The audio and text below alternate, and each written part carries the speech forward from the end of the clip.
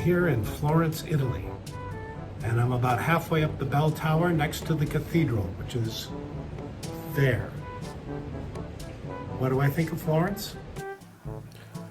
Florence today is a modern city where people do things like go to the central market and buy delicious food. Florence today also has some really cool contemporary things, like this art installation in the middle of a Renaissance palace courtyard. But in Florence, the past is always present. Since olden times, the symbol of Florence has always been a lion. That shows up in some odd places. Check out this lamppost. Are those the feet of a lion? Today, tourism is a huge thing in the city of Florence. That's got some good points and bad points. Bad points, lots and lots of tourists who clog up the streets.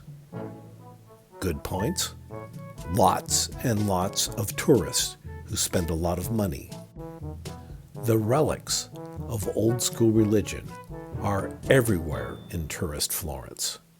Literally. Here's a bunch of reliquaries that each hold a relic. Technically, a relic is something like the bone of a Catholic saint or a piece of the cross Christ was crucified on. And no, I am not making any of this up. Back in the day, relics were a big deal and a big draw to bring the people into your church or town.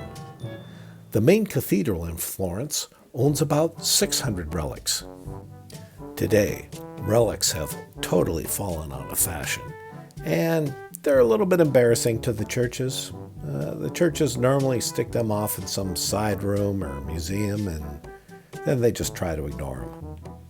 Florence today still has old school castles and narrow medieval streets.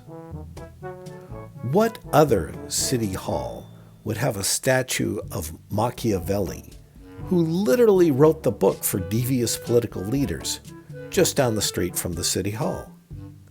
And I am sure all of the current official City of Florence policy manuals forbid it.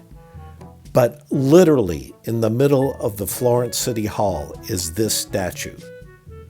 The lion, the symbol of Florence, ripping off the head of someone who has displeased it. Somewhere, an old-time bureaucrat is smiling.